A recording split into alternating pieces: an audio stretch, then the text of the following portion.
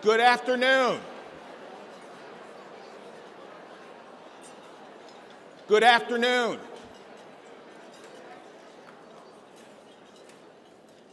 It's my favorite day of the year when I can quiet a whole room of people just with my voice.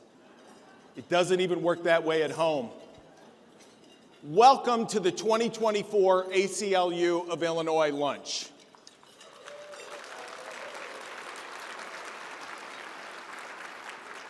I am Ed Yonka, the Director of Communications and Public Policy at the ACLU, and it's my pleasure to be your host for this afternoon. Whether you've been attending ACLU events for years, or if this is your very first time, we are so happy that you're here today. So I want to start with just one quick logistical note. The program's begun, but continue to enjoy your lunch as we move through the program. There are so many people who helped us to bring all of this together, and I especially want to recognize our presenting sponsors, Russ Lyman, Mary Stoll, and the Islamic Food Nutrition Council of America.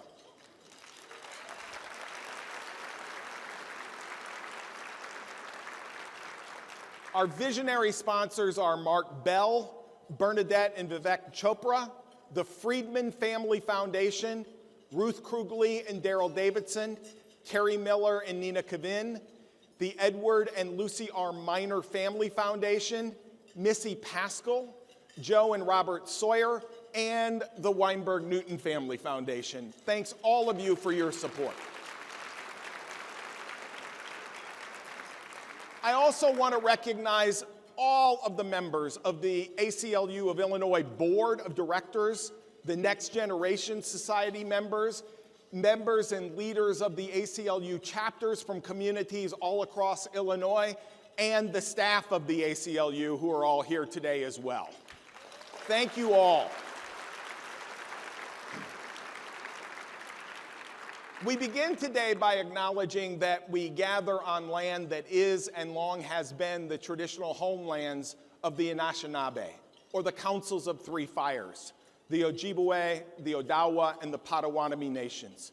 We identify these tribes, the legacy of violence, settlement, and displacement these peoples suffered and survived.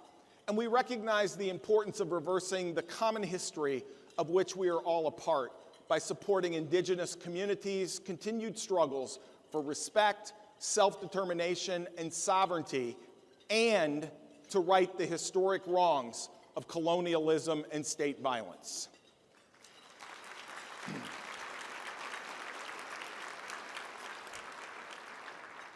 To really set the tone for our discussion today, we are so pleased to welcome Chima Naira Akuru of the Young Chicago Authors Program to share her poem, Sequoia. Naira.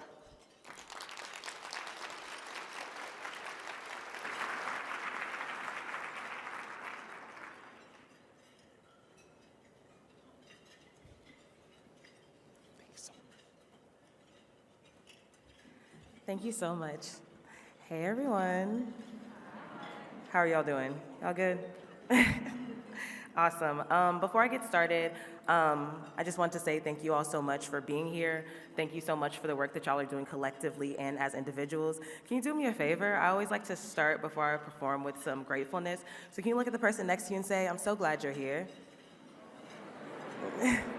Say, I'm so grateful you made it. Awesome. Once again, my name is Chima. Some folks call me Naira. I'm a teaching artist. I'm also the community engagement editor at Southside Weekly, amongst many other things, and I'm a poet. So this piece is titled Sequoia.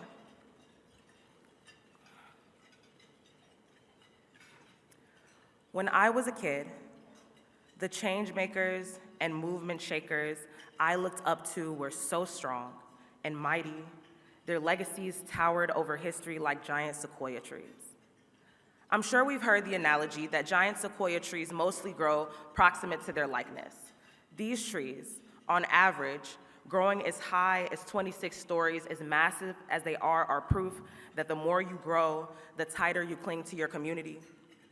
A 300-foot tree with shallow roots could never stay standing if not for the roots of nearby trees tangled together, grounding one another. But there's so much more about giant sequoias that remind me of my community. Never mind the roots. Did you know that sequoias have thick skin, like 3-foot thick skin, like a minivan or a city bus turns into a ship, takes a voyage to find food beyond the desert, despite knowing that fresh and affordable food should not be a luxury? I have seen skin thick like that, the type that can walk through a fire and emerge, changed but not destroyed. Did you know sequoias need fire to reproduce? The heat draws its seeds from their hiding places. The flame clears the ground in preparation for what's coming next. How can I not imagine us seeing what is possible despite all that we have lost, the youth, emerging from the hopes of their predecessors, tried by fire, not just in pursuit of survival, but growth? Did you know? Sequoias are some of the oldest trees, have seen empires rise and fall, saw enough sunsets to be certain that the darkness never lasts. Sure, the fact that they can live up to 3,000 years is astounding, but more importantly, who thought a being so enormous would reach maturity overnight? It takes over 500 years for a sequoia to reach its full height. Some of them never stop growing. Sounds like patience, sounds like a movement, sounds like us, here, demanding the world be changed in the same tone as the folks before us.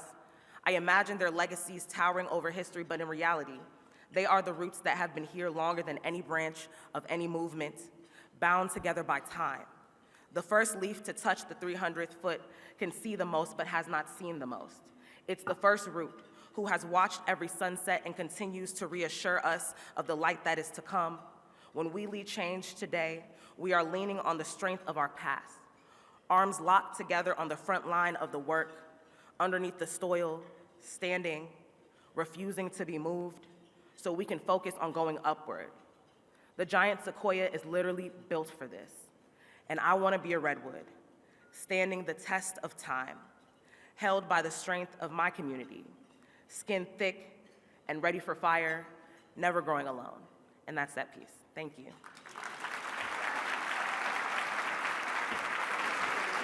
Thank you.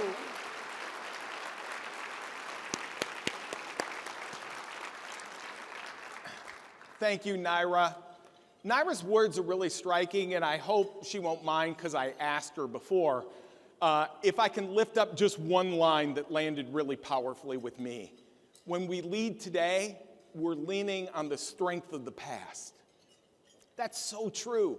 It's hard not to feel like one is standing amongst the sequoias today, right? The rights and liberties that we have are like a forest of sequoias that protect us. The deep roots of these fights and all the ways that we've worked together in past years have led to trees that keep growing and expanding. In this work, we know that none of us does this work alone, and none of us initiated the work alone, and none of us will bring it to completion on our own.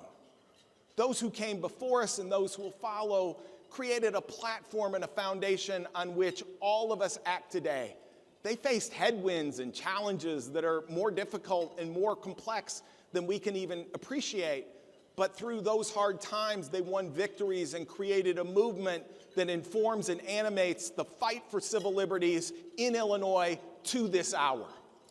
Just pause for a moment, look around this room and think about some of the heroes who are here with the ACLU for the first time, invigorating and energizing the work of this long fight. You can also look around this room and see folks who fought alongside the ACLU for years on issues that have made our state a safer place and a better community. There are historic leaders like former Representative Greg Harris, who fought tirelessly for the freedom to marry. There's our former client, Luis Gutierrez, who fought with the ACLU of Illinois all the way to the Supreme Court of the United States to challenge unconstitutional policing in Chicago.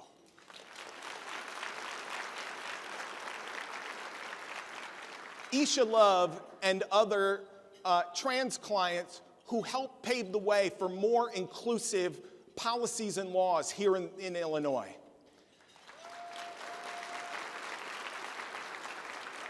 Our former legal director, Ben Wolf, who first began to push for reform of the Department of Children and Family Services 3 decades ago.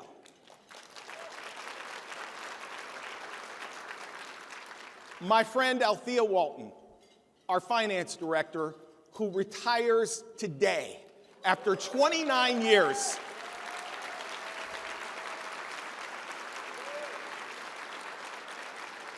Althea not only helped build the modern ACLU of Illinois, she joined our lawsuit to challenge voter discrimination against black voters in Cook County after the 2000 election. She's a hero. And of course, there are those whose shoulders we stand upon who aren't with us any longer. Today, we remember ACLU Liberty's giants like Jim Stryker, who long helped the ACLU navigate the complexities between civil liberties and the criminal legal system. And Lowell Sacknoff, who litigated a landmark case for the ACLU challenging strip searches by CPD officers.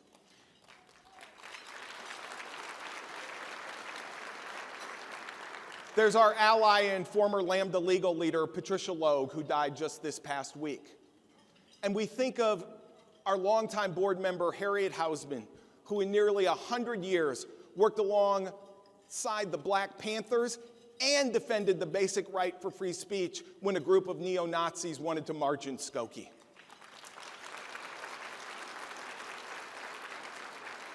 It has taken the efforts of so many over generations to reach this moment, a moment in which we can celebrate the victories of the past and plan for the successes of the future. That's what really draws us together today, that recognition of the past, the celebration of the present, and the commitment and recommitment to the future. That's a lot to do, so we should get started. Our next speaker is actually not on your program. And there's a very good reason for that, because he had to stay in Washington until yesterday to vote to keep your government open.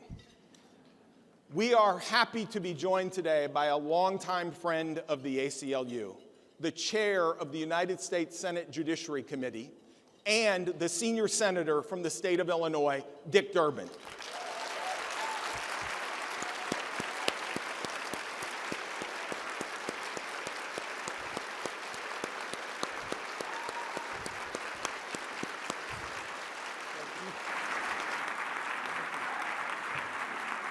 Thank you, everyone.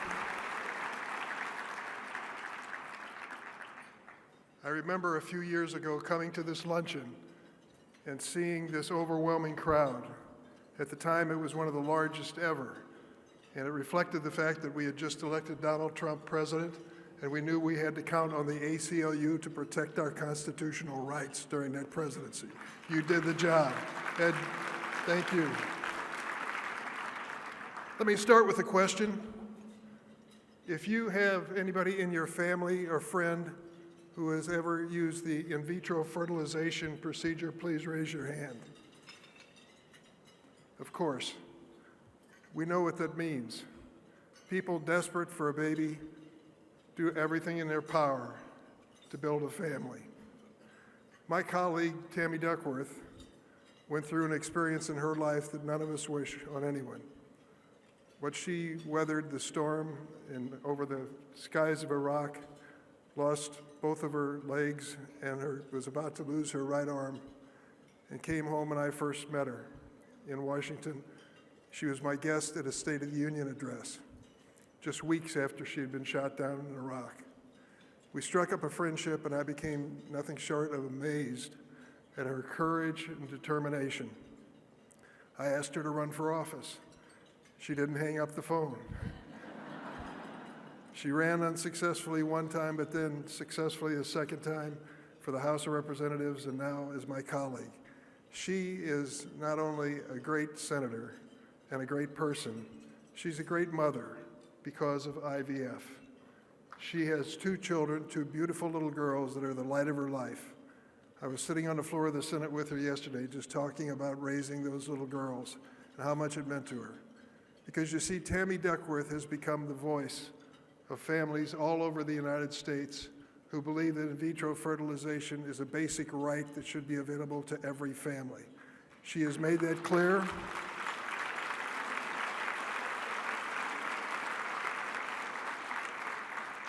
She's fighting for it, and it's the right thing to do, and I'm so damn proud that she's my colleague. Thank you for sending her to Washington. Let me just make one point with you in terms of what I do for a living. As Ed mentioned to you, I'm chairman of the Senate Judiciary Committee. We have a lot of important jobs, but the most important thing we do, I think, is to fill the vacancies on the federal courts.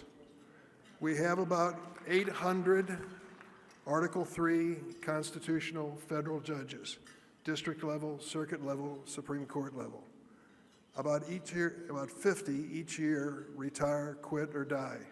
Vacancies needed to be filled. And we have set about doing that. Under the Trump administration, they had everything lined up beautifully.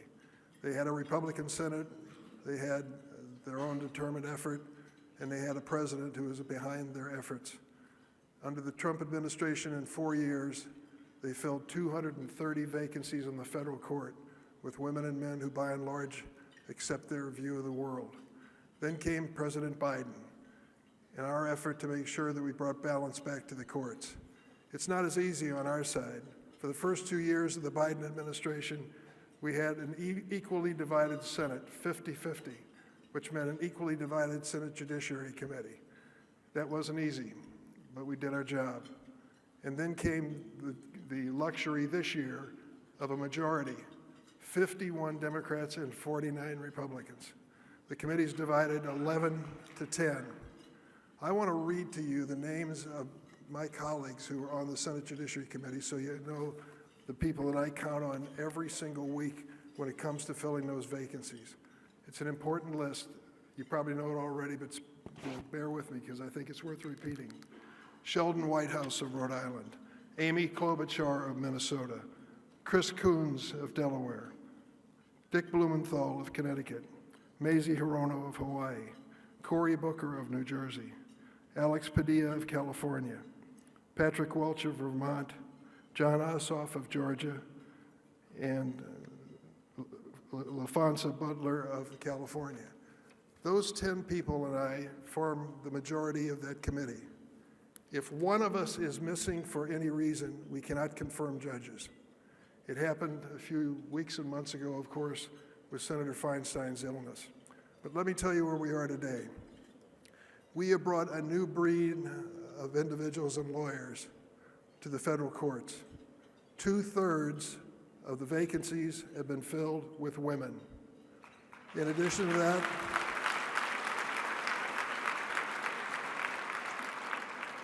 we have the largest number of federal defenders ever in the history of the United States now serving in our federal courts. In 3.5 years, we have managed to bring in, on the circuit level, the second highest level of courts, more women of color than in the combined history of the United States until this day.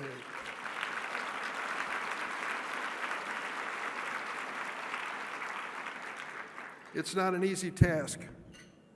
We've managed, as of yesterday, to bring 181 new federal judges under the Biden administration to the federal courts. 181.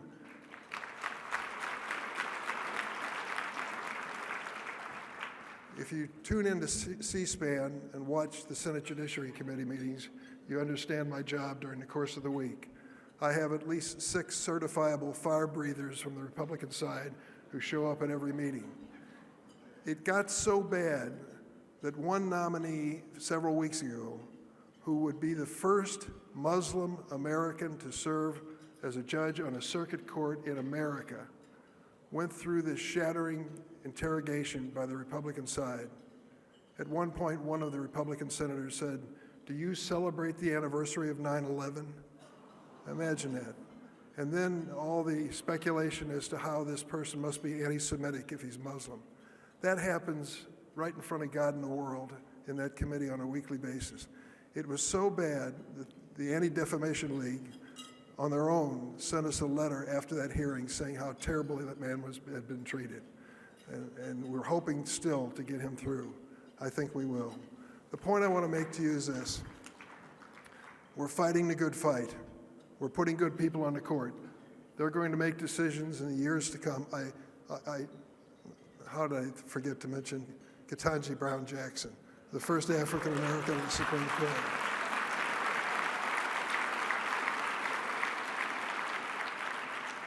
Don't give up. Don't give up because you think we're falling behind this way or that way. I don't believe that. I believe that what we're seeing in these elections time after time is an affirmation of people across the United States and the belief in our constitutional rights and liberties that are under attack. I believe that people want to see judges who are balanced and fair in their determinations of their lawsuits. I believe they want to see diversity on the courts no matter what the politicians on the other side may say. The ACLU is an inspiration in that effort. Your involvement, your caring, your participation, your active involvement in the next campaign can make a difference in the future of America. Keep on going, ACLU. You're moving in the right direction. Thank you very much.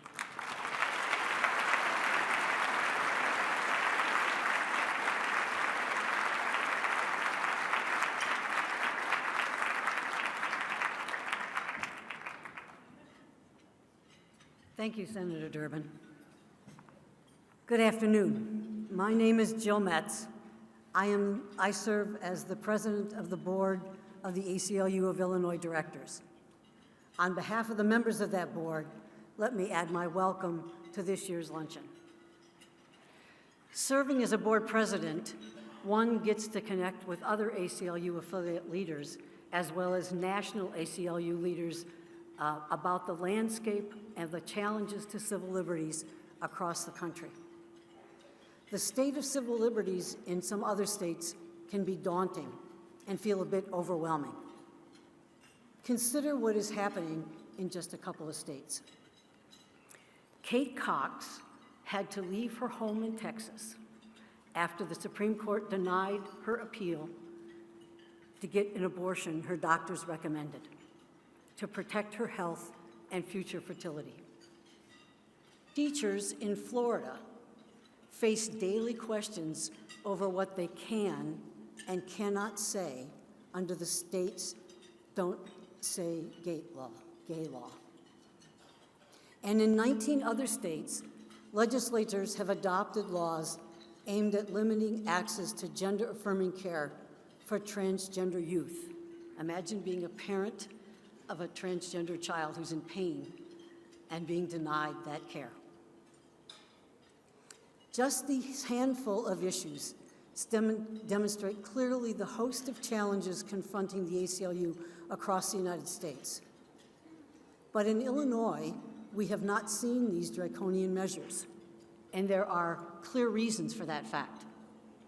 First, people from all walks across life across the United States have worked together. You have attended town hall meetings and joined coalitions with ACLU and other groups. You've sent emails to legislators. You've called officials to seek their support to support civil liberties. These actions have built an expectation that in Illinois, we are going to protect and advance basic liberties, and these policies have not come to Illinois because of that. Secondly, the role that each of us plays in advancing affirmative policies is enhanced by courageous people, public officials, who take their votes and use their authority to enact policies and laws that continue to support and create civil rights and civil liberties in Illinois. This afternoon, we are pleased to hear from two of those courageous partners that have worked within the state.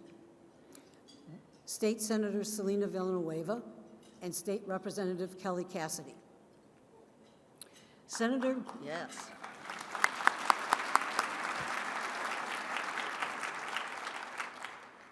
Senator Selena Villanueva has been a member of the Illinois legislature since 2018, rising to the state Senate in 2019. In the legislature, she has been a champion for immigration and newcomers. She's championed the Illinois Trust Act. Senator Villanueva has ensured increased access in emergency contraception on college campuses, and she's led efforts to make the ballot more accessible for all Illinois voters.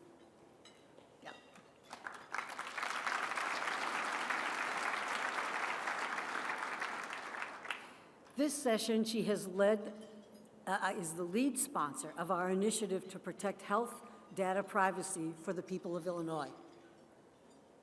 Representative Kelly Cassidy has served in the Illinois House since 2011, and during that time, she has led efforts to expand rights for the LGBT folks, from marriage equality to the recent name change bill. She also championed efforts to protect abortion access in the state, including being a lead sponsor of the Reproductive Health Act.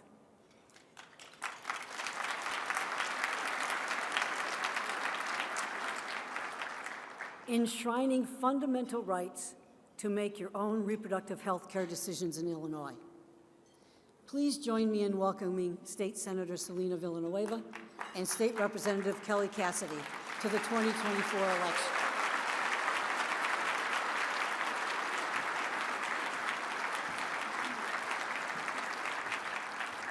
Good afternoon, everyone.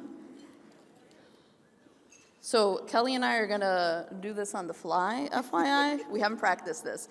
But I wanted to take a little bit of what Naira said about sequoias and redwoods, because I think that that was such a beautiful analogy in terms of why I think this is actually really cool to be able to speak here today. I am a former immigrant rights organizer. That's literally what I was doing up until the moment that I was appointed to the Illinois House of Representatives in 2018. And prior to that, and Ed and Colleen know this because that's actually how I got to meet them, a few years prior to that, when Donald Trump was elected, we saw a summer, a very difficult summer, where immigration enforcement officials were putting unaccompanied minors that were coming from Central America in cages. And I remember working on with a lot of different, I know we were like at the Planned Parenthood offices, at the ACLU offices, organizing with a very large group of people to protest what was happening at the border. And I found it so enthralling because, again, being an organizer, being a kid, a Chicago kid that grew up in the city, I was always very aware of the sequoias of our communities and of our city. And the ACLU has always been that in my mind, you know, and so many other organizations. But so have been the community members all throughout the city of Chicago that have participated in actions and demonstrations and marches. And I think of my own Sequoia, my mom, who's the reason why I got involved in any of this, because I am the very proud daughter of Mexican immigrant parents.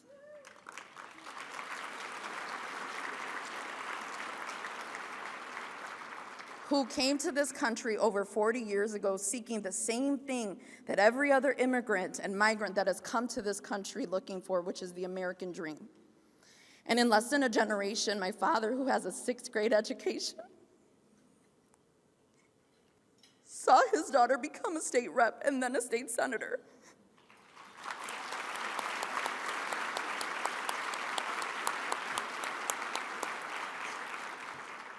And I get emotional because unfortunately my mother passed away a few years ago. But I like bringing her up because my mother was an immigrant woman who did everything she could to make sure that we had the best of everything. But she was also an NPR mom. She was a minivan mom, often driving us, you know, to and from a bunch of different places throughout the city and exposing us to the reality outside of our neighborhood, which was on the southwest side of the city of Chicago, known as Little Village. If you haven't been, best Mexican food ever. But I say that and I bring her up because she would have had a blast being here. But I bring her up because in the work that I get to do with my colleague and my partner in crime, Kelly, is her spirit. The spirit of my grandmother, the spirit of so many people in our community who know right from wrong and who stand up in the best of times, but also in the worst of times. I like to take the sentence from one of my favorite movies, that it's always darkest before the dawn, and that's the reality that we live in. We've lived in really uncertain times, but that doesn't mean that any of us have given up or that we should give up. Because very much like my Mexican immigrant family, who are probably more American than American Pie now,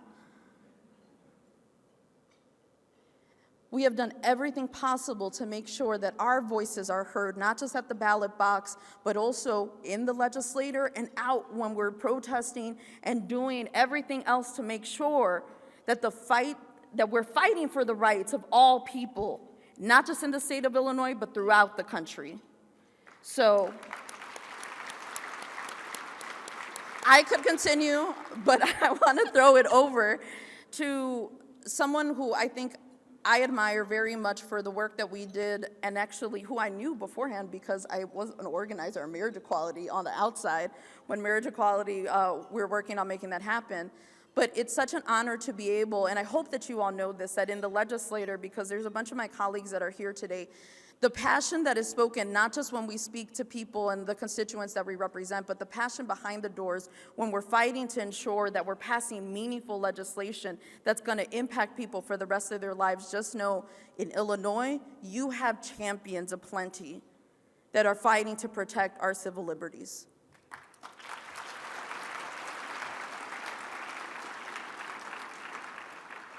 First-generation kids get it done. Yes, we do. And it does inform the way we work together, the way we make sure that we are centering the voices of those that we are trying to work with. And I'm so grateful to have been able to work with you on marriage, on the Trust Act, and now where we are just sort of, sorry, Candace, another marriage. Yeah. It's the Selena and Kelly show. You know, the history here, I mean, I'm looking at Colleen, who I feel like we grew up together in the Now office. Literally, my entire adult life has revolved around this partnership with the ACLU. So much so that before you were in the office where you needed, you know, like a letter from Justice Marshall to get in through your security, I once came to an event at the old office and the security guard looked up with like one eyebrow and just like, ACLU? That way. And whatever it is about me that makes that presumption happen, I am totally here for.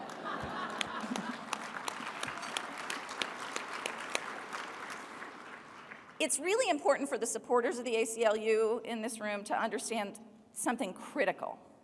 The level of respect this organization commands under the dome is why we are okay in Illinois.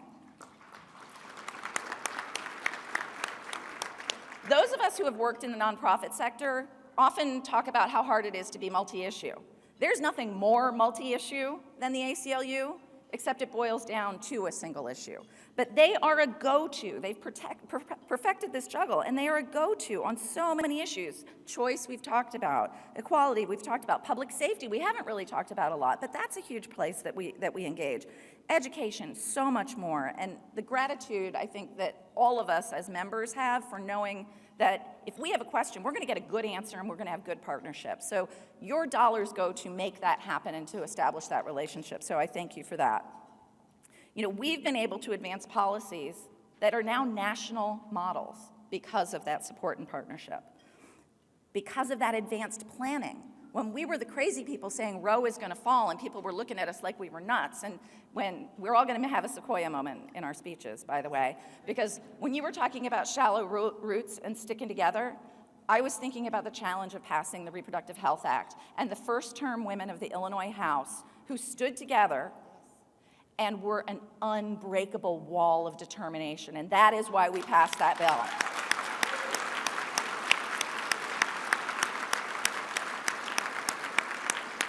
So when you're new at something and you know you're right, don't let anybody tell you to sit down.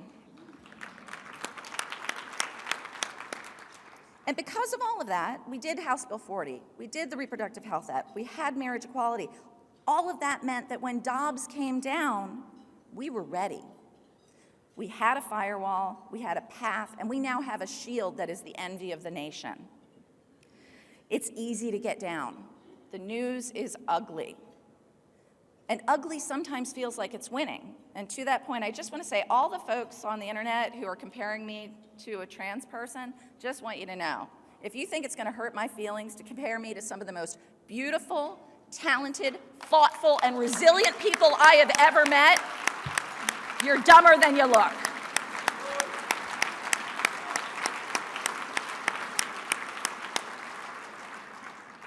We can't get down. We've got to keep fighting. And the most important thing to remember is there are way more of us than there are of them.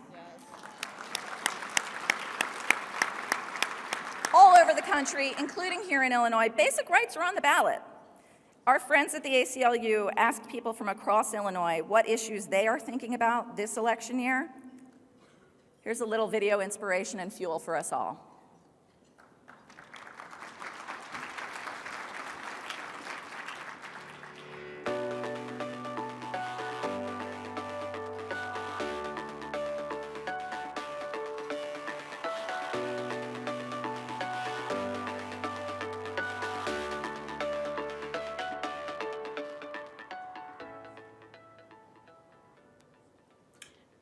Million women and girls live in states which restrict or ban abortion. Illinois should not be one of those states. Last October, Quincy City Council put to vote an ordinance that would ban abortion medication. Quincy's community rallied against the ordinance. We contacted city council members, family, friends, local news. We wrote emails, letters, spoke about our concerns publicly, told our personal impact stories, and participated in city council meetings and protests. Each person's call to action was different, but when combined together, we convinced the city council to vote in a majority against the anti-abortion ordinance.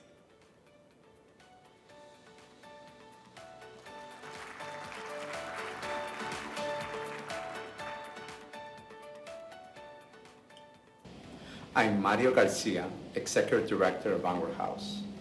When the first buses of immigrants from Texas arrived on August 31st, 2022, Our House was there.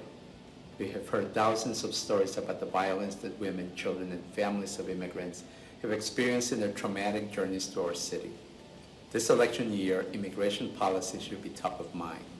Will we support policies that treat immigrants as humans worthy of dignity and respect? Are we going to support policies that will address the root causes which drive people to leave their home countries? What values will you be voting for?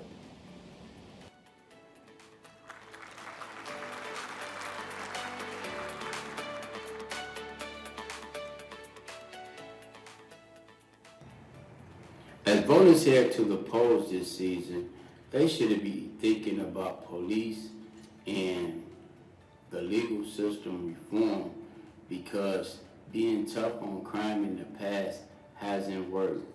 There's been too many traffic and pedestrian stops of young black and brown people. Having two small sons, ages 12 and 7, I'm concerned that they might be a victim. We want safe neighborhoods, but we also want officers to respect us. So get out to vote. Your vote matters. There needs to be a new approach to public safety. Thank you.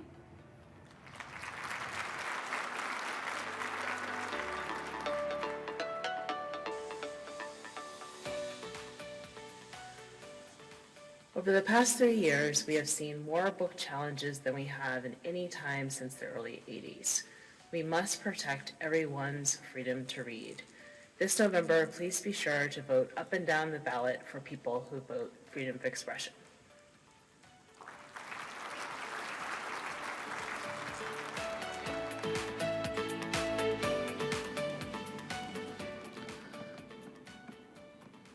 We've had recent successes in Illinois with removing barriers to name changes for transgender people targeted by the criminal legal system.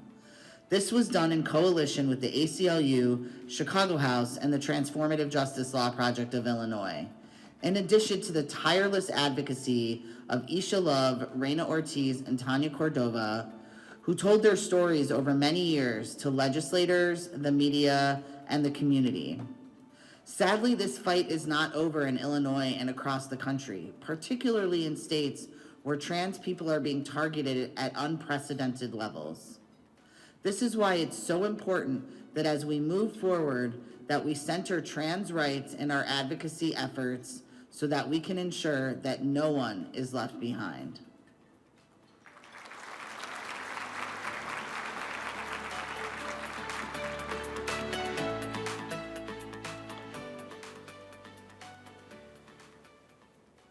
Even in a state like Illinois, It is critical that we remain vigilant to protect voting rights. Our rights under federal law have been eroding for quite some time, and that trend is likely to continue, unfortunately. Illinois sets a high bar for creative ways to proactively protect access to voting. That has ripple effects across the Midwest and beyond. One way to help is to spread the word about the Nonpartisan Election Protection Hotline at 866-OUR-VOTE. That's 866-OUR-VOTE, and companion lines for other languages. Legal volunteers stand ready to help with questions or issues in accessing the polls.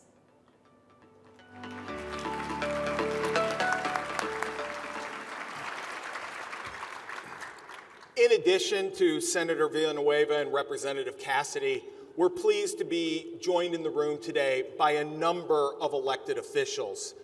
We want to recognize all of the elected officials who are here and ask you to recognize them now.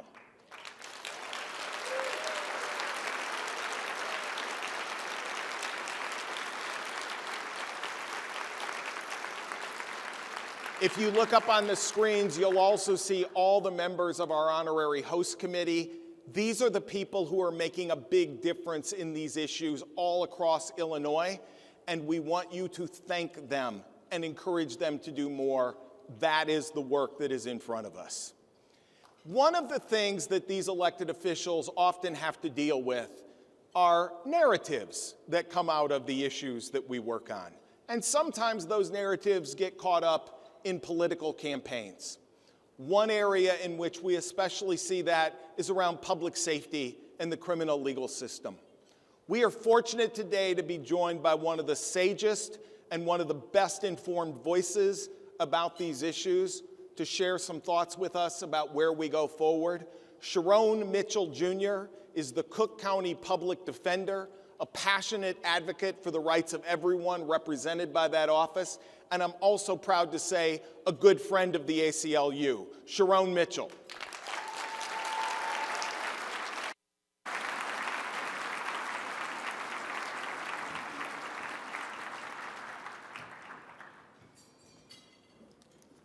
I'm very happy I didn't trip up the stairs. Really worried about that. Thank you so much, Ed, and to the entire ACLU Illinois team for the invitation to speak at today's event. My name is Sharon Mitchell, and I work as a Cook County Public Defender. Now, I've always thought of myself as a very modest person, but I must admit that modesty was tested when I learned that the ACLU tabbed actress and author and activist Busy Phillips as a keynote speaker and not myself. A truly tough decision, I'm sure. We all know that Busy has starred in generationally defining shows such as Freaks and Geeks and Dawson's Creek and ER. We know that she killed it in Cougar Town, and we know she's got shows on E! And Netflix. And she's parlayed that fame and success into an incredible body of activism. But what you probably don't know is that I, Sharon Mitchell Jr., is also no stranger to the entertainment world. I, from my basement, co-hosted one of the most prominent, actually like the 5th or 6th most prominent sports podcasts on the Chicago Bulls in 2014. So it should be clear to all that we have two heavy hitters in the media world in this room. Must have been a tough choice, Ed. I'm just joking. But the ACLU wants me to talk about criminal legal reform. I will do that. You know, I'm so proud to be working alongside the ACLU on truly historic work here in the courts and in the legislature. You know, we as a community, our collective conscience waxes and wanes on the brokenness of our system.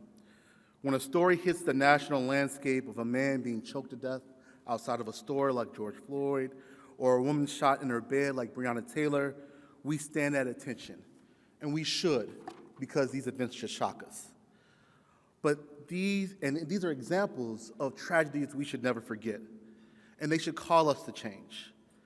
But these tragedies do not comprise the whole of what is broken in our system. Every day, at courthouses across the country, we see tens of thousands of everyday injustices. None of these everyday injustices will lead the 5 o'clock news.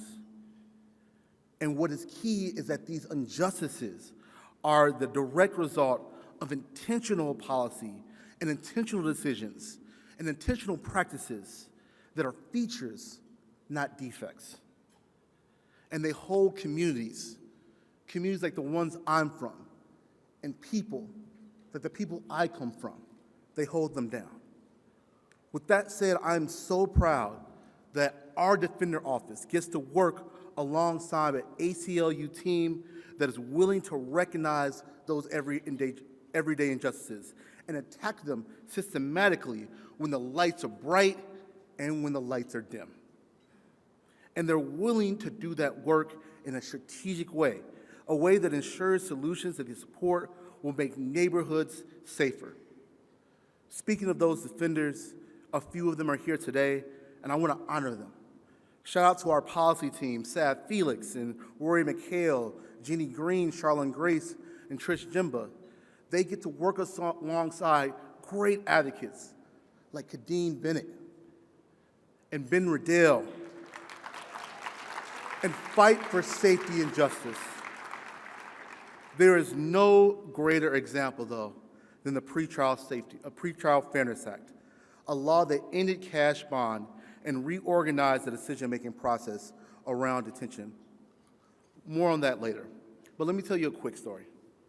After the governor signed the Pretrial Fairness Act into law in 2021, but before the practice went into effect in 2023, I attended a rally outside of the courthouse at 26th California. It was 3 or 4 dozen organizers who set up tables in the courtyard in front of the jail. There were going to be speeches. I think Ben spoke there. And before things got started, a black woman, she was dressed in scrubs and Crocs, was walking through. And I struck up a conversation with her. And she asked why we were there, and I asked why she was there. And she told me that she was coming back from the jail. She told me that her son had just been arrested, a son that was struggling with mental health, and that he had been arrested, and she was concerned about him being in the jail, and that she needed to bond him out. She pulled together her last $5,000, a $5,000 that she described she did not have to buy her loved one's freedom. And as we were talking about that, and we were talking about her work as a home health care worker, she asked a question that was so basic that sticks with me to this day. If they were willing to let him go, and he was truly innocent until proven guilty, why did she have to pay her last dime to pay for his freedom? In my book, that seizure of wealth is violence. And the end of cash bond represented the end of a violent tax on mainly black women. It was mothers and sisters and aunts and partners and church family that were paying these bonds, and we were not any safer for it. So I want to thank the members of the General Assembly and the folks in government that passed that law in 2021.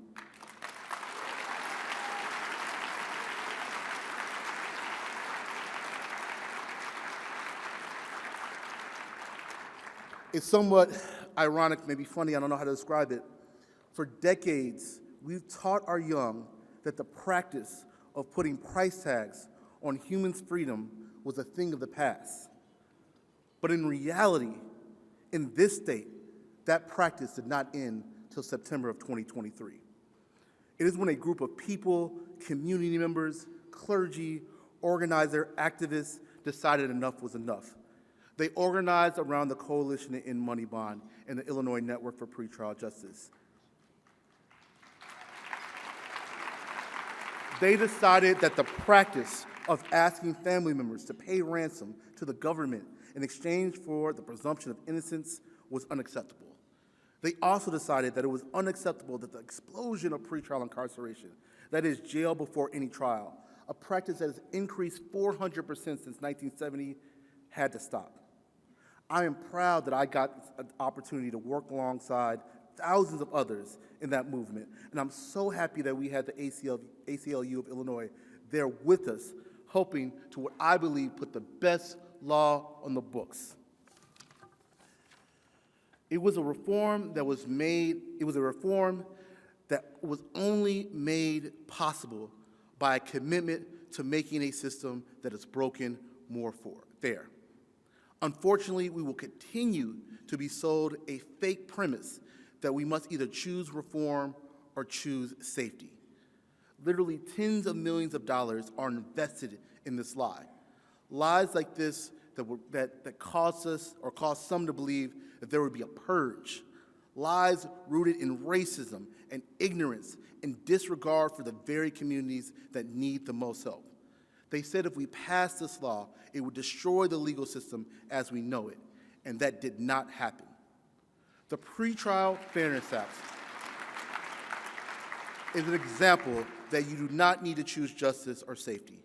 It was a detailed piece of legislation worked on for years, vetted through several legislative cycles. It ended the practice of ransom and allowed for judges to make decisions based on risks, not money. It reestablished a presumption of innocence and made pretrial detention the exception, not the norm. It is not a perfect law, but it is a step in the right direction, and we will continue to fight for its protection. But the Pretrial Fairness Act is not alone. There are so many more opportunities to make this system fairer, and I'm proud that we have partners in the ACLU that are committed to that struggle. See, we live in a scary time. We live in a time where truth can be a scarce commodity, where nuisance is ignored, where outliers are presented as the norm, and struggle is hidden away if it doesn't fit into a preconceived notion. We live in a time where fear and hate has been weaponized. But I am so proud that I am standing in a room that has not bought the hype, that will continue to fight for freedom and for justice, for poor people, and for the Black and brown members of our community, and for civil rights. Thank you so much to the ACLU team, and thank you so much to each and every person in this room that is willing to fight for justice. Let's continue to get our Sequoia on. I appreciate y'all.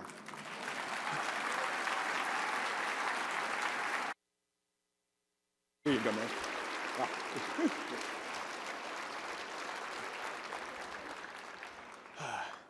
In my longer introduction of Sharon, the podcast on the Bulls was in there, so I apologize, Sharon, for that. You know, I want to lift the curtain just a little bit here. It turns out that, you know, we take like regular surveys of what the best part of this lunch is every year, and there's always a competition in the office to determine whether the best part are my jokes or Colleen's speech. It turns out, well, it's Colleen's speech. I am really happy to introduce someone who literally in this room needs no introduction. She is my friend. She is the executive director of the ACLU of Illinois. She's walking up here before I introduce her, as she always does. And she is one of the fiercest fighters for civil liberties that you could ever know, Colleen Connell.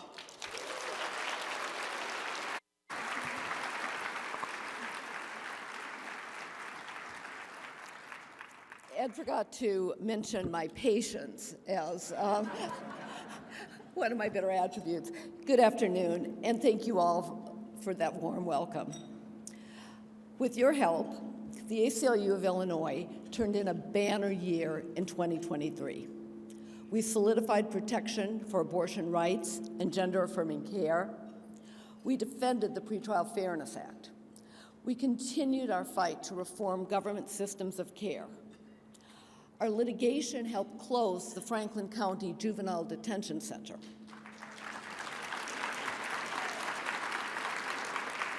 We launched a statewide campaign to protect the freedom to read, and we continued our long battle to reform policing and the criminal legal system. I wish we could spend our days celebrating our victories, but we cannot. The challenges of 2024 demand our attention and our action. The ACLU is a nonpartisan organization, but our nonpartisan status does not require us to ignore threats to our democracy. We cannot disregard the reality that one of our major political parties is led by a former president who boasts of his desire to be a presidential strongman, unfettered by the checks and balances of our Constitution. This same political party promises to enact the Life at Conception Act, banning abortion, in vitro fertilization, and hormonal contraception. We cannot overlook the fact that the Supreme Court of the United States has taken a hard rightward turn. The court has stripped away abortion rights, limited voting rights, dismantled affirmative action, and threatens LGBTQ rights. Although the majority claims its rulings are guided by the original intent of the Constitution, nothing could be further from the truth. The majority's rulings in several recent cases involving religion crystallize the way the court weaponizes originalism. This Supreme Court increasingly finds a First Amendment violation when the religiously inclined are not allowed to impose their religious views on others, such as supporting coerced prayer at a public school football game, or requiring that states be forced to fund religious schools despite state constitutional prohibitions. In so doing, the court disregards the express language of the First Amendment, which prohibits government from making any laws that establish, in other words, support a religion, or impede its free exercise. The court also disregards the history behind the First Amendment. The men who wrote our Constitution were only a few generations removed from the religious wars of Europe, led by kings who thought themselves divinely ordained to exercise absolute power. The framers wrote the First Amendment to protect against a favored religion being rewarded by the government and to protect the rest of us from being punished for our religious belief or our lack thereof. The second protection, the free exercise of religion, embodies the expansive concept of individual liberty protected by the First Amendment. It protects the right of each of us to define for ourselves our place in the universe, who to love, who to marry, whether to have children, how to worship, what to think. The First Amendment, indeed the entire Bill of Rights, provide the contractual consideration that propelled the ratification of the Constitution itself. What is compelling about our Constitution is that we, the people, consent to be governed by a government that has only the limited power that we, the people, granted. And what the Bill of Rights makes clear is that there are certain powers that we, the people, will never grant to any government, including the right to dictate religious belief or speech or thought. The Supreme Court's recent religious rulings mock this constitutional construct, and in so doing, weaken the public's regard for the court and, more dangerously, a respect for the rule of law. Unfortunately, explicitly using religious belief to justify judicial rulings, like Justice Alito did in Dobbs and before that in Hobby Lobby, this trend is spreading. We see this most recently with the Alabama Supreme Court's ruling that embryos created through in vitro fertilization were children protected by Alabama law. The concurring opinion by Chief Justice Parker is laced with Christian theology and supports using the power of government to advance conservative Christian doctrine. A theocracy, in other words. Pre-Dobbs, this ruling would have been blocked immediately.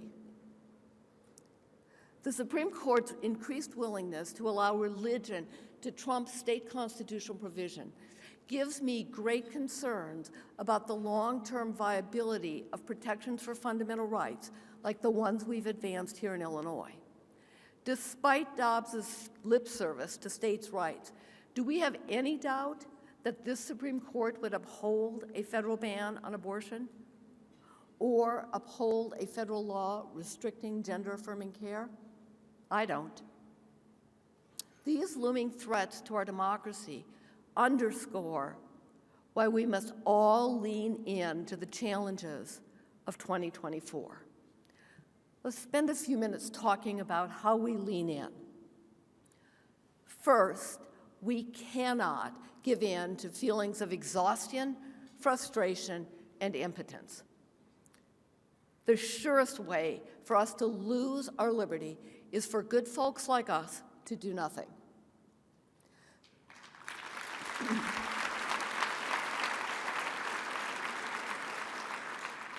Second, we must vote in every race and at every level. Some people say that voting does not matter because nothing changes, no matter who wins any election. That is absolutely not true.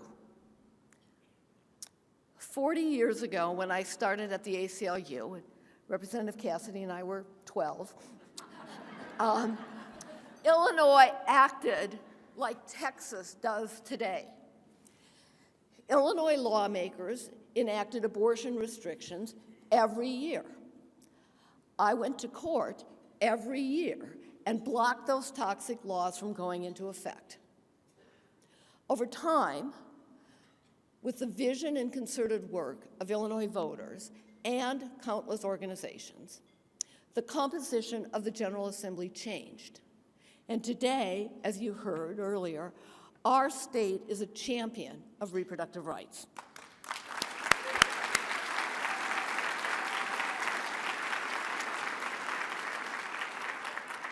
Third, we need to share the stakes of this year's elections that Senator Durbin outlined for us with our friends and our family, and then expand our conversations to embrace our entire communities. Many people hear narratives from corporate media that treat our elections like a sport, with one side winning, one side losing, and no discussion of policy. These narratives fail to identify the real threats that we are facing in this election and in the years ahead. Fourth, and this is where it gets harder, share your truth, both publicly and privately. Thank you, Senator Villanueva, for sharing yours. And I'm going to say again, the willingness of the LGBTQ community to share their truth advanced the victory for the freedom to marry by decade. Thank you, Jill. By speaking out,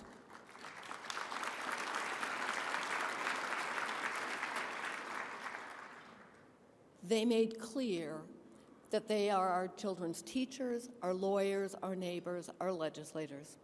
Thank you, Representative Harris. They also made clear the pain of keeping private their loving relationships. So we must tell our truth. My mother is one of my truths. My mom is a nurse. When she was pregnant with me, long before Roe was decided, one of her patients, an Indigenous woman, was dying of complications from an illegal abortion. Before the patient died, she gifted my mom with a pair of moccasins that she had hand-beaded for my mom's new baby, for me. This is why I consider reproductive freedom foundational to liberty and to life itself. And we are not going back to the world that Dobbs would thrust us into. We're not going back.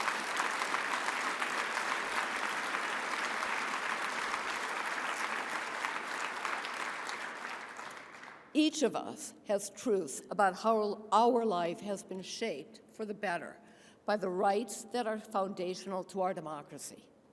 Sharing these truths is an essential part of our battle to protect them. Moving from the personal to the public, we also need to thank our legislative leaders and other public officials for pushing back against MAGA extremism. We must thank our allies for using government power to protect rather than curtail our rights.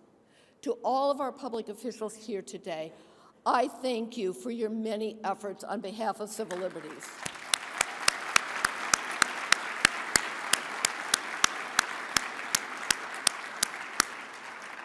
We, the people of Illinois, owe you a tremendous debt of gratitude. I want to return briefly to the importance of protecting the right to vote. In this critical election year, consider dedicating your time. Although voter suppression may not be an issue or a problem here in Illinois, consider becoming an election judge in your community.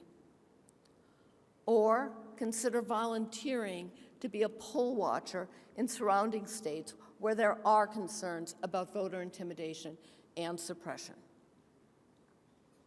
And your contributions to the ACLU of Illinois and our allies help us expand voting rights and other civil liberties here in Illinois.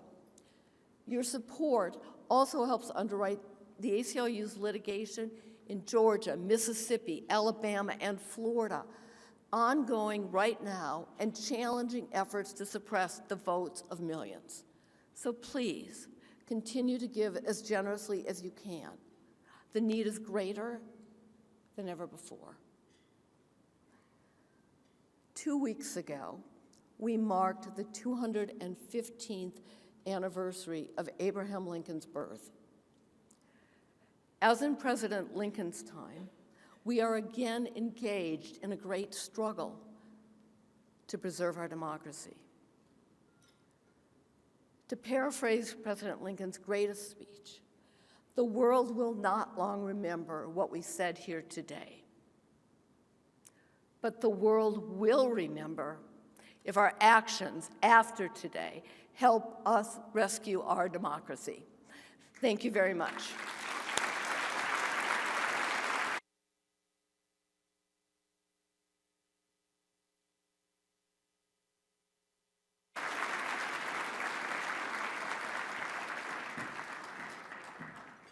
They said, follow Colleen. Well, I did. Thank you, Colleen. Thank you for your inspirational words and the clarion call of the dangers facing our civil liberties here and across the nation. You have no idea how proud I am to stand by you and to support the work of the ACLU of Illinois. Good afternoon, everyone. My name is Bernadette Chopra, and I'm privileged to serve as a member of the board of the ACLU of Illinois. As I was preparing to stand before you this afternoon, I thought about something that my late father would often repeat to me. He would tell me that the moral fiber of every nation is reflected on how we treat our most vulnerable. Words that have been deeply embedded in my soul and continue to guide me through everything I do today. The ACLU works each and every day to protect the most vulnerable. The ACLU works each and every day to defend the most vulnerable. It holds America accountable to be able to live up to our promise of our Constitution and also walk down the path towards a more perfect union. We fight to make sure that being pregnant or getting pregnant is no one's job. It's your choice.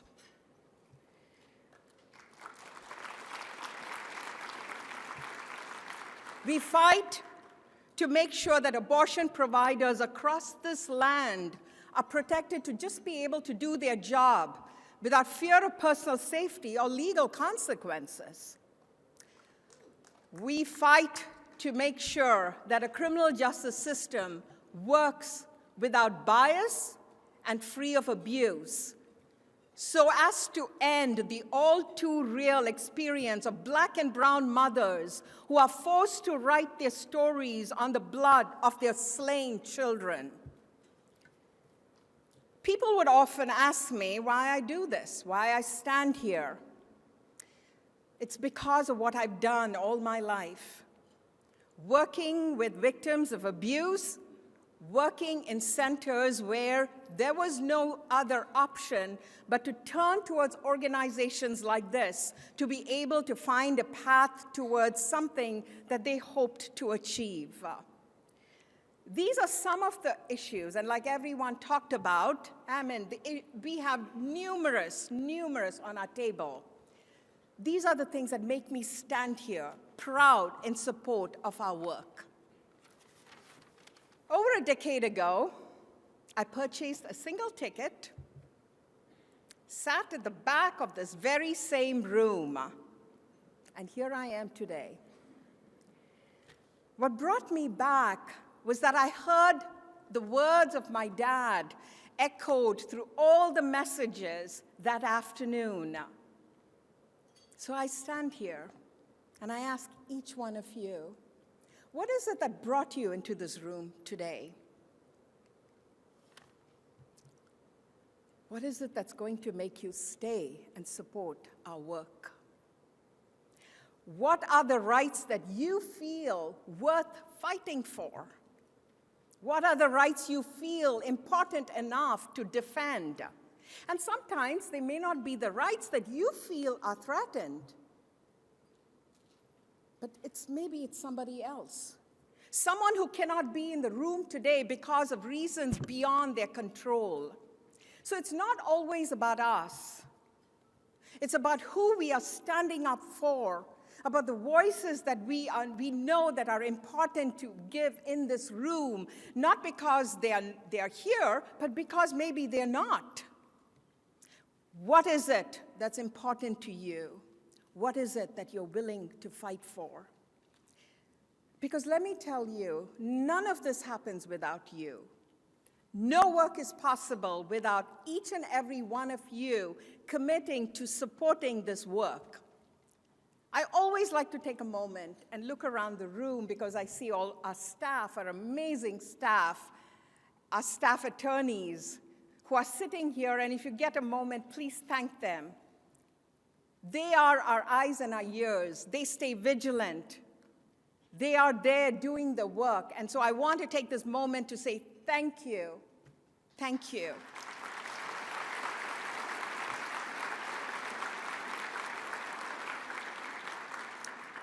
The need is great.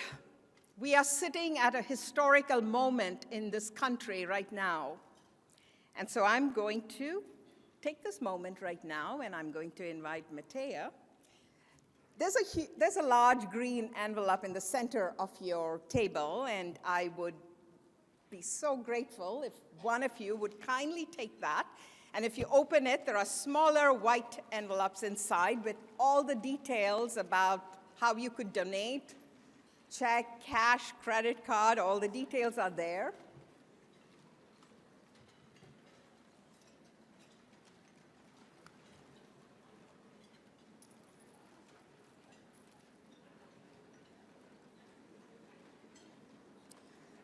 Once you're done, if you could put the white envelopes into the large green envelope, and our wonderful volunteers will be around to collect them.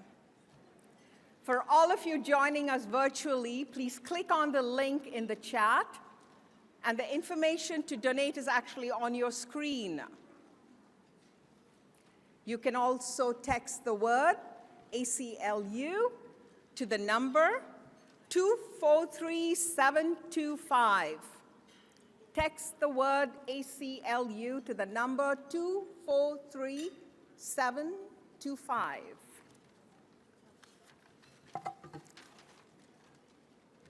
I'd like you to match your donation to the passion you feel.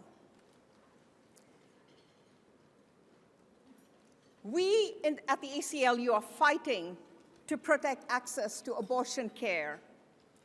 We are fighting to defend free speech and oppose the banning of books. I'm going to repeat that last few words again so that it sinks in. Oppose the banning of books. Amen.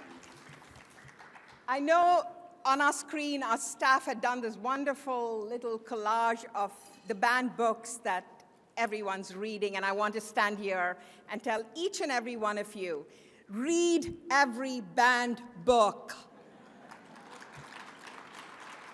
Buy every banned book for your children and your grandchildren. Let them try stopping us. We are fighting to protect your right to vote. We are fighting to protect the right of trans youth.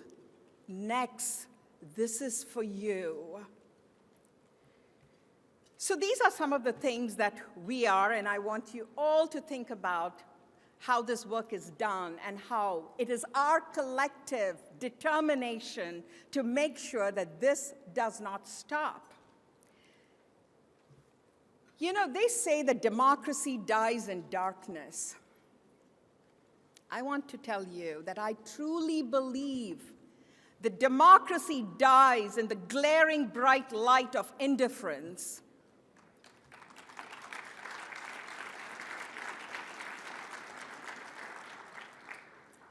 I want to thank each and every one of you for joining us. You being here is an acknowledgement of our work. But as you all know, our work never stops with us. It cannot stop with us. It has to go on. It has to go on to the next generation. Our shoulders are tired. I can tell you mine are. Our shoulders are getting worn down. But the promise we make to the next generation is that we will be here to carry you along as far as you need to go.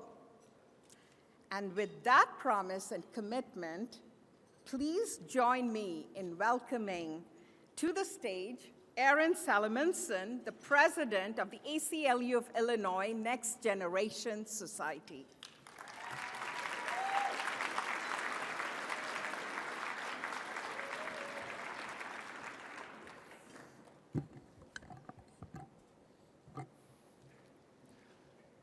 Thank you, Bernadette, for your powerful testimony, encouraging each of us to support the ACLU.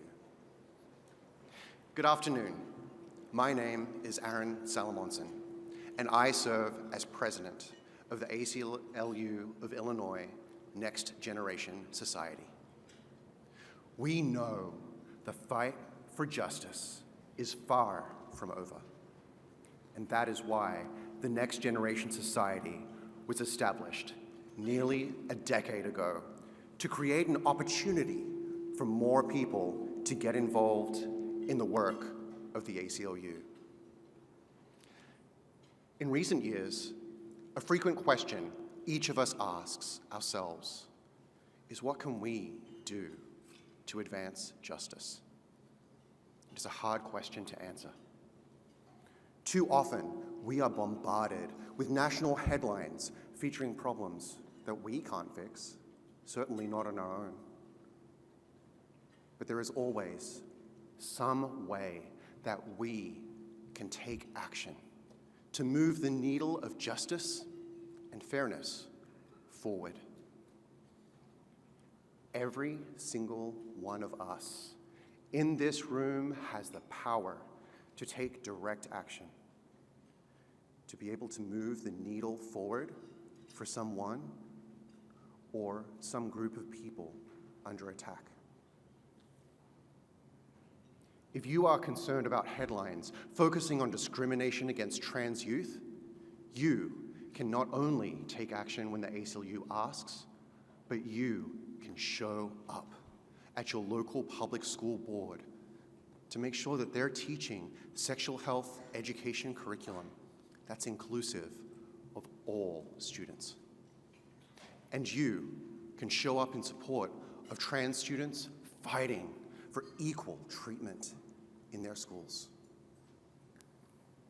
If you are concerned about the national headlines covering efforts to ban books and restrict curriculum, you can show up to your local public library and schools board meetings to show your opposition to book challenges, but also make efforts to actively support inclusive and diverse storytelling in your communities.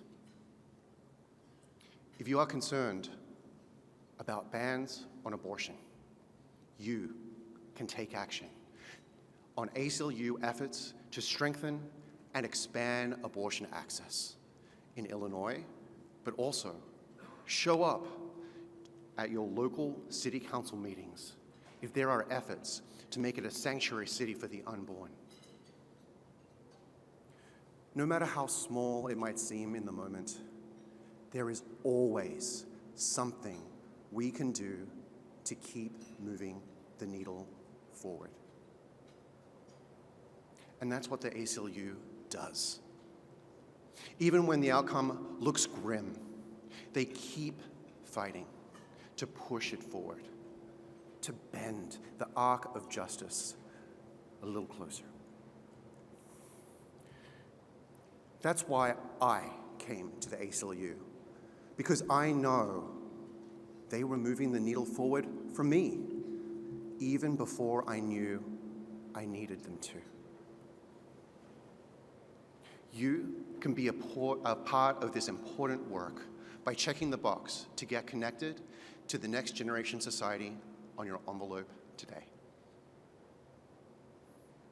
And there is no better example of using one's platform and one's skills to help push the needle forward for others than our keynote speaker today, actress Busy Phillips.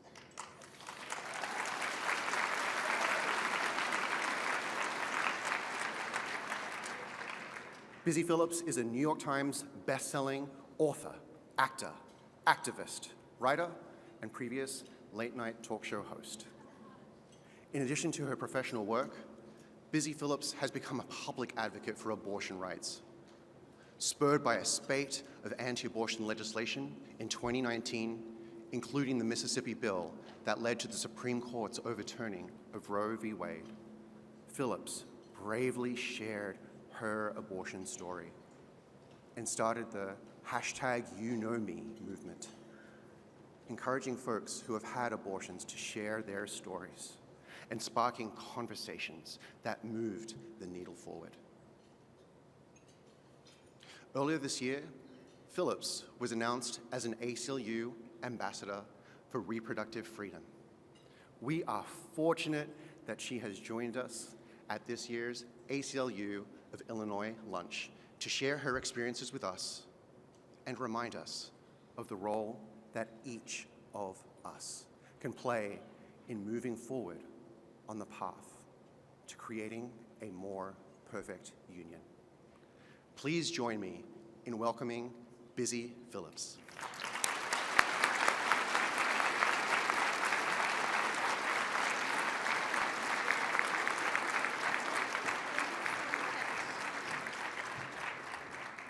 Hi, everybody. Well, as Aaron said, my name is Busy Phillips. I am going to level with all of you here. I had a very hard time writing this speech, and not because I am not thrilled to be back in Chicago. I was born in Oak Park. Two of my aunts are here today with me. And although my family moved to Arizona when I was 6 years old, both of my parents grew up here, and we visited frequently in my childhood. My family actually has a very long history here in Chicago. My great-grandfather, Irwin St. John Tucker, was quite an activist himself, a fact I didn't know until just a few years ago. He was known to give great, rousing speeches. He was in favor of workers' rights and conscripting wealth. He was arrested twice for protesting. He was a journalist, and he frequently wrote about democracy and the promise of our great nation. But the looming shadow of my great-grandfather was not why I had a hard time writing this speech. And it wasn't because I don't fully believe in the absolutely vital work that the ACLU of Illinois does and has been doing for more than 90 years, which is incredible, including but not limited to so much that we've heard today, but helping to end the use of cash bail, making Illinois the first state to abolish the practice of jailing someone simply because they cannot afford the price of bond. That is huge. Speaking out, and Sharon, I invite you to be a guest on my podcast.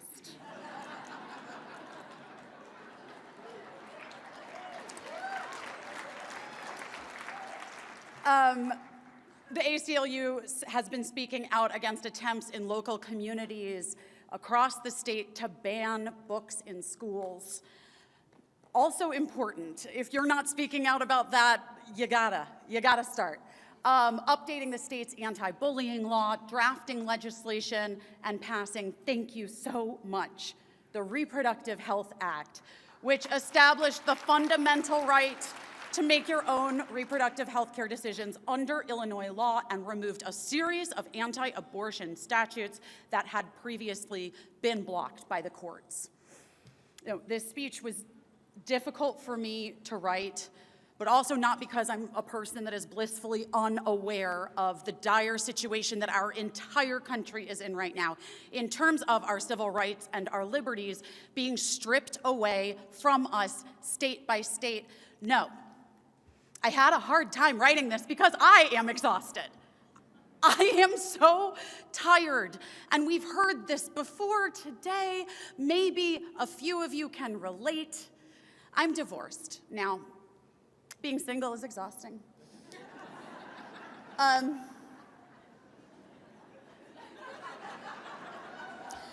I have a very involved ex-husband. We're good, we're better now, you know. And we have 2 kids. Our older daughter, Birdie, is 15. Our little one, Cricket, is 10.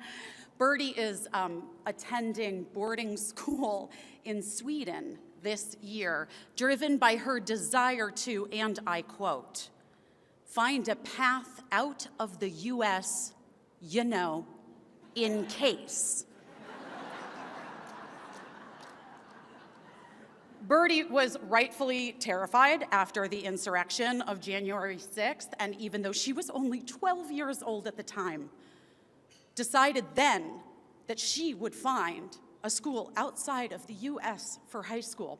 Now, we tried to explain to her that while this country is certainly going through some things, we aren't people that run away when things get hard. We stay and we fight for what's right. We stay and we fight for those who cannot fight for themselves.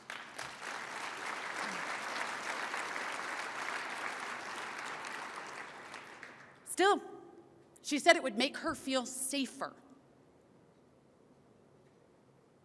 because she feels unsafe going to school here. And that was hard for us to argue. But obviously, as a mother, it does not make me feel safer to have my child across an ocean, especially after her epilepsy diagnosis late last year. And Cricket, my 10-year-old, she's wonderful. But you know, there's like field trip chaperoning and remembering which days are the pajama days and homework and just feeding her all the time because children eat so much. Why do they eat so much? But you know what? My kids aren't actually the reason why I'm so exhausted. They're part of it, not all of it. I work all the time because life is increasingly expensive. I do not have a choice. Also, I love my work. I have been an actor since I was 19 years old, 25 years. You can do the math. I've been in on TV and in movies. I've been doing commercials, hosting a late night talk show, having a podcast, writing a New York Times bestselling book, whatever, no big deal. I mean, what a blessing. You know, to have this career, to be able to live this life, And it can be a lot. It can be tiring. It's not what's taking it out of me either. I also do a lot of this stuff.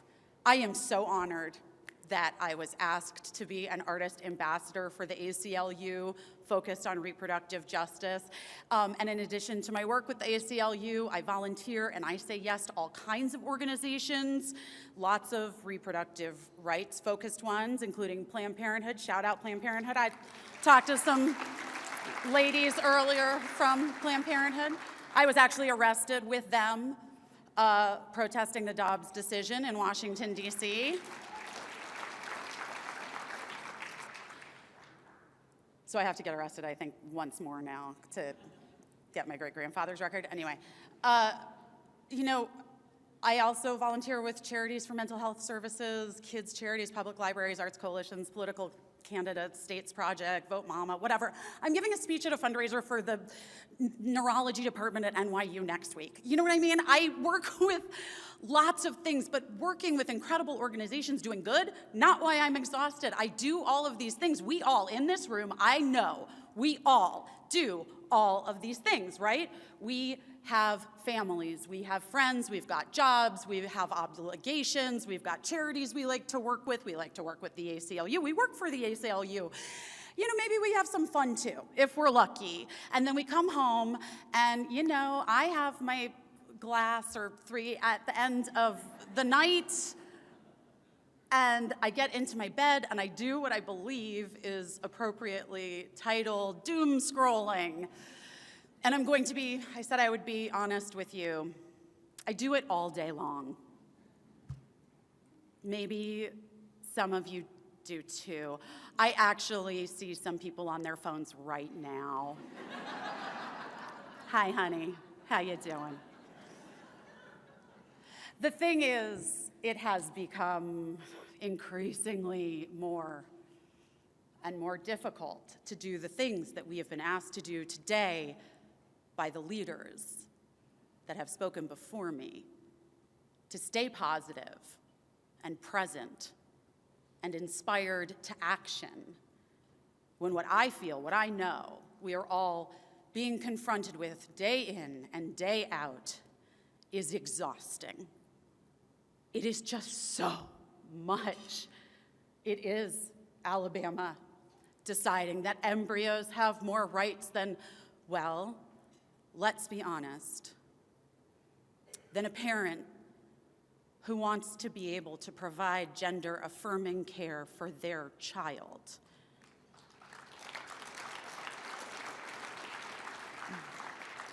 It is politicians spewing absolute nonsense nonstop. It is being confronted with the truth that people are being denied life-saving medical care in the more than 20 states that have heavily restricted or zero abortion care at this point post-Dobbs. That if a woman in Shreveport, Louisiana wants or needs access to abortion care, did you know the closest state she can travel to is Illinois? It is atrocities being witnessed in real time across the globe and feeling helpless to stop it. And our LGBTQIA communities, trans kids in particular, targeted with so much hate. This week, on Tuesday night, with no warning, a federal appeals court defied all typical practice and without any request from the state, allowed Indiana's ban on gender-affirming care to go into effect immediately. Yesterday, the ACLU in Texas filed a new lawsuit to protect PFLAG from the government of Texas, which is trying to gain access to their health care files for trans kids.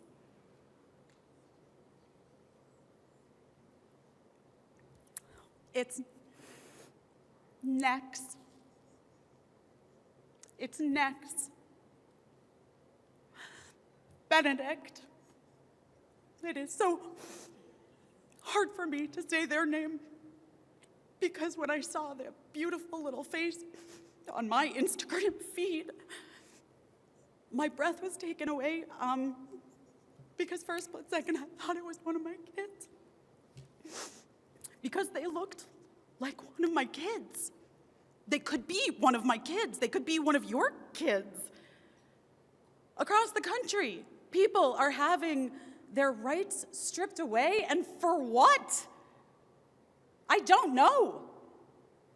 Because the people hell-bent on doing it don't really seem to have a great grasp on it either. But I do know that the people who are impacted are just like you and me. I bet they're tired. Just literally trying to live their lives, go to work, have families the way that they want to have families, the way that they need to have families, raise their children in the best ways for them, to keep them alive,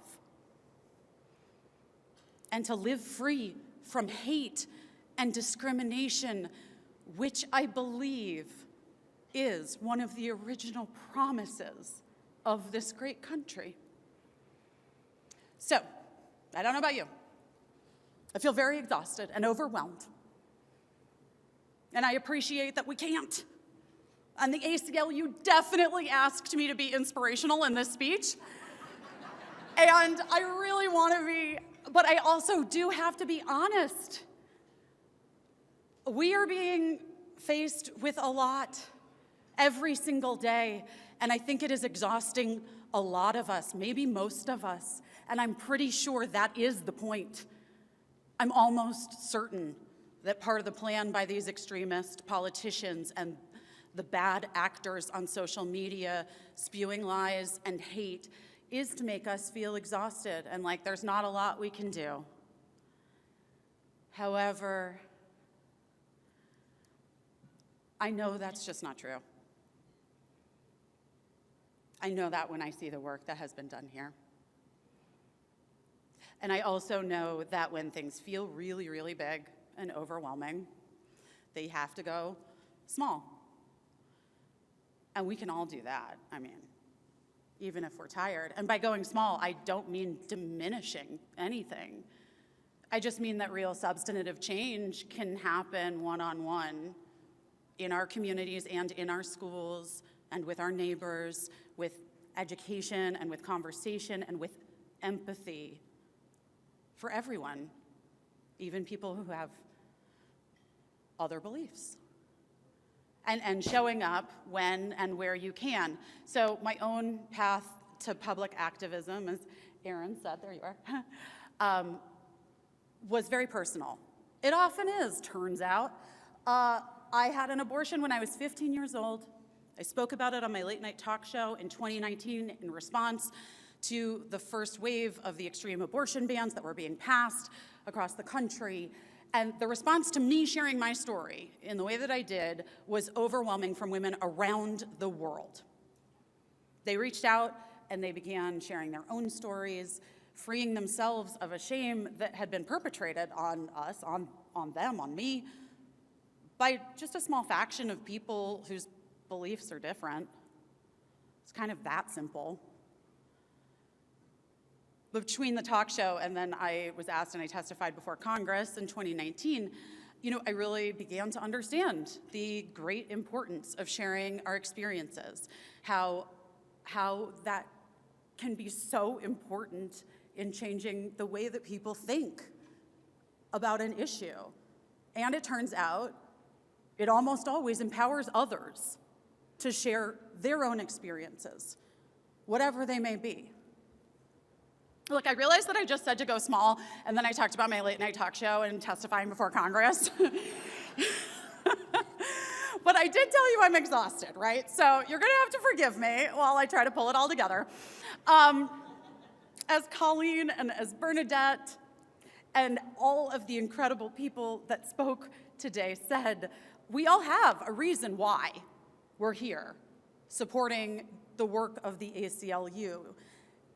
If we did have time, I would make us go around the room. I kind of love that. But this program has already been 17 hours. I have to catch a flight. No, but I would ask every single person to stand up and give your reason why. And then I would ask you to think about sharing that reason later with a friend or a family member or a coworker who isn't in this room right now.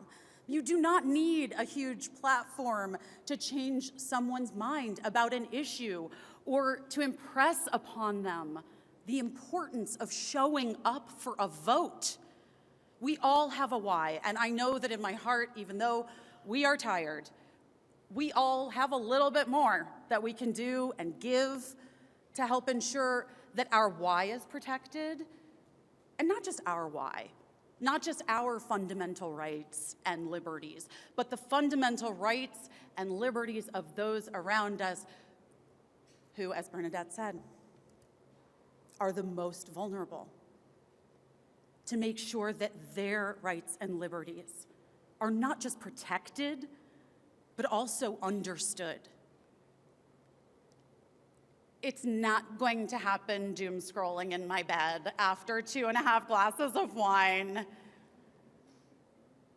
It's not going to happen if we allow ourselves to become overwhelmed with exhaustion by the never-ending, crazy-making news cycles, or if we decide to move to a different country.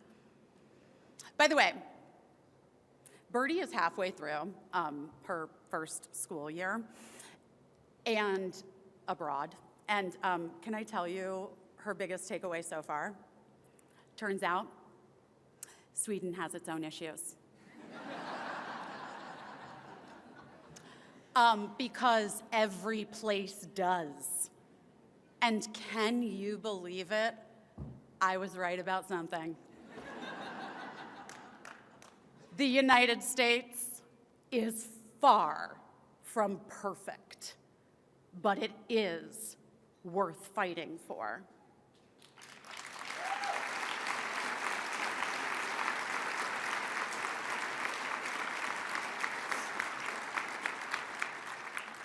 The ACLU here in Illinois and across the country is working overtime to combat these extremists who would rather America become a place where only some of us have rights, by filing lawsuits on behalf of citizens and organizations that have been targeted, and by crafting legislation designed to protect us all.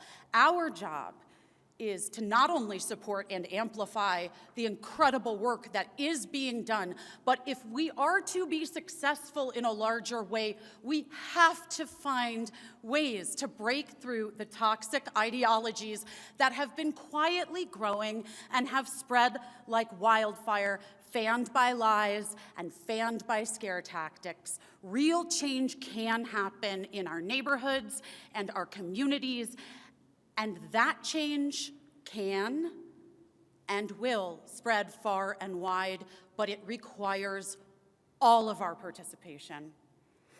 I will just leave you with this. Yesterday, I packed for this trip horribly. It is something I am known to do. I waited until the last minute, and I didn't want to check a bag, obviously. And I thought, oh, I'll just carry a tote. But then I remembered I needed my computer because I hadn't finished writing this speech. I told you I had a hard time doing it. Anyway, so I grabbed another tote, and as I was heading out the door, and then I found myself at the airport, and I was just like weighted down by these lugging these totes. But instead of suffering through it, I bought a little bag with wheels. And at the gate, I just smushed all my stuff into the new bag. And then, because I didn't want to lose my tote, it's really nice, it's by base, I smushed that up and I tried to smash it on top. And I have to tell you something, it really seemed like it wasn't gonna fit.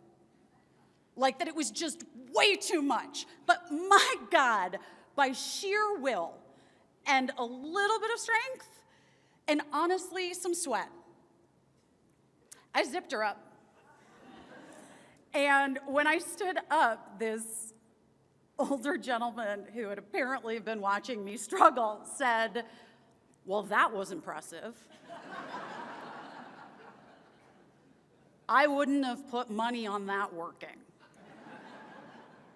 And when he said it, I remembered something about myself that I had forgotten in these last few weeks of exhaustion and overwhelm. My response came very easily, very fast, and I said, "Oh, I would always put money on me."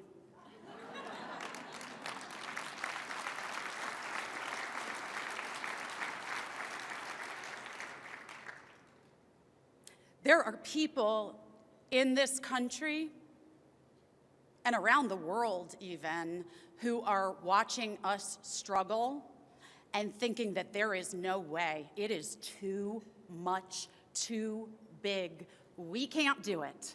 Well, let me tell you something. Those people do not know what I know.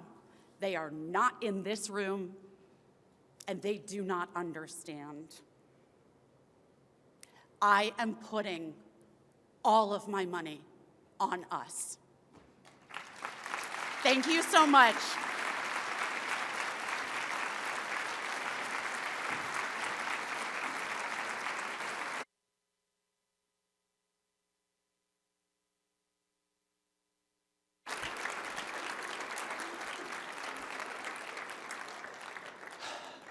Oh, wow. Hey, thank you, Busy. I really want to thank you for two things. First of all, I want to thank you for reminding us that role that we have, and that if we just keep doing our part, that we really can put our money on us here in Illinois and across the country. Thank you for that. I also want to thank you, as somebody who helps plan this lunch, for creating the narrative that I will now fight for the next 5 years, that this lunch went 17 hours. I'm going to do my damnedest, but I know that that narrative will exist. Listen, this has been a really amazing event, and we're coming to the end of it, but it's just the beginning. We need your help. We need you to engage. We need you to follow us on social media, to get our action alerts, to take action, to thank all these wonderful legislators who've done all these things. There's still time to make a donation if you didn't get a chance to before now. And you know what? If you'd like to continue just a dialogue like this, invite us. My colleagues will tell you if two people show up and open up an elevator or a refrigerator, there's a pretty good chance I'll show up and give a speech. But seriously, welcome us into your community. We want to be there and we want to be with you. Thank you all for playing your role. Thank you all for being here today. Thank you all for all you do. Have a great afternoon. Thank you, everybody.